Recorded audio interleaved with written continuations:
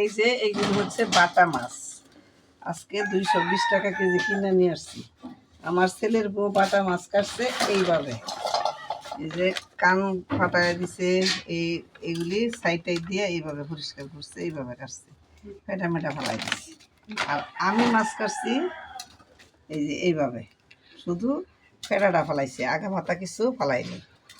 এই যে আগা মাথা ফেলাইনি, আর পেড়াটা এখানে রেখে দিছি।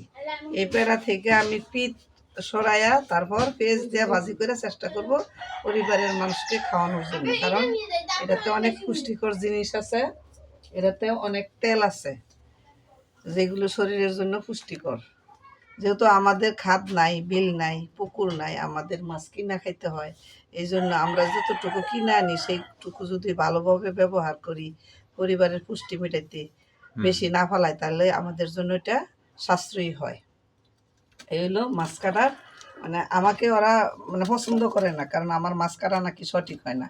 আমি তো বিদেশে ছিলাম, প্রায় 6 বছর মালয়েশিয়াতে ছিলাম। তো মালয়েশিয়ার মানুষে দেখছি কি, মাছগুলো শুধু পেটা ফালাইয়া দিয়া কাটা সহ তারা আইস সহ রান্না করিয়া ভাজি করিয়া রান্না করিয়া খাইতো, কারণ তারা এত পরিষ্কার করতো না, ওই কাটা ফালাইতো না, আইস ফালাইতো না, সব সহ খালি ভিতরের ময়লাটা ফালাই দিয়ে তারা রান্না করিয়া খাইতো। তারা পুষ্টি জিনিসটা ভালো করে বুঝে। আর আমরা বাঙালিরা যত পারি ধুইতে ধুইতে ধুইতে ধুইতে সাদা পানি যতক্ষণ না বাড়িব অতক্ষণ পর্যন্ত মাছের স্বাদই বাড়িত না। এটি ধুইতে ধুইতে কাইটটা ফিস ফিস কইরা পানির মধ্যে বাসায় রাখবো, বাসায় রাখলে এটার মধ্যে যেই পুষ্টি আছে, রক্ত মাংস আছে, সব পানিতে দিয়ে যাইব। পরে আবার ধুইতে ধুইতে সাদা পানি বার করব, বার করে পরে আবার ফ্রিজের ভিতরে থুয়ে দিব, ফ্রিজের ভিতর থেকে বার করে আবার পানির মধ্যে বাসায় রাখবো বরফ ছাড়ার লাগি।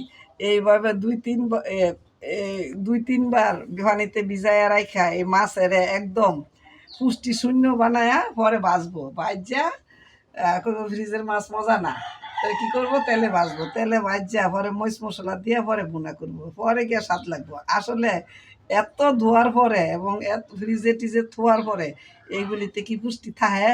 একটু পুষ্টি থাকে না, কারণ মাছ হয়েছে অনেক নরম জিনিস, অনেক কোমল জিনিস।